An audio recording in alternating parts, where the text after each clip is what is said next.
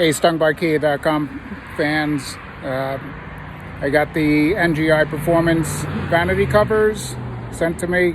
I'm just going to show you how they were installed. Let's flip this camera around. All right, on the battery side, I did used to have the version 1 vanity cover on here. That's why it looks a little crappy.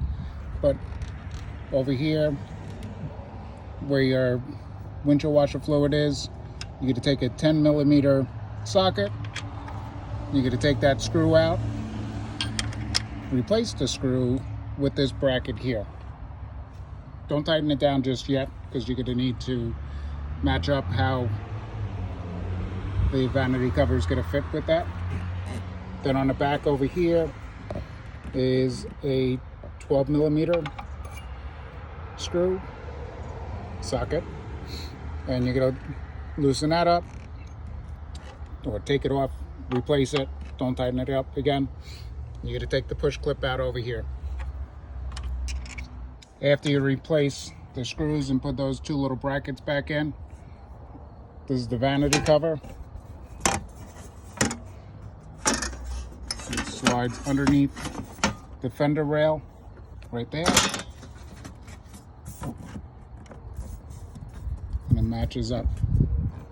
Again, don't tighten those brackets up until you know that the holes are matched up.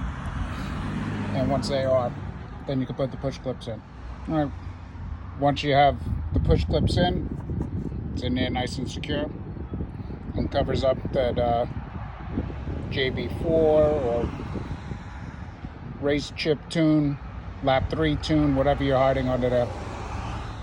The vanity cover on the driver's side, where the brake fluid is, you're going to take the 3 push clips out.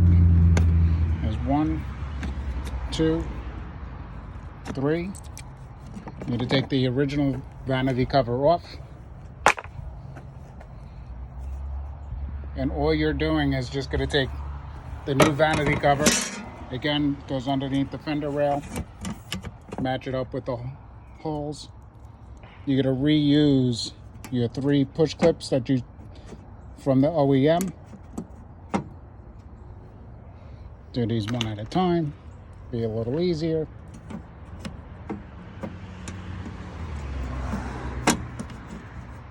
That's 1.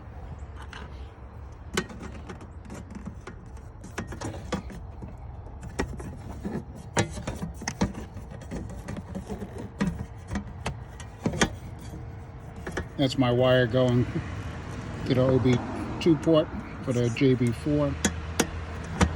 That's 2.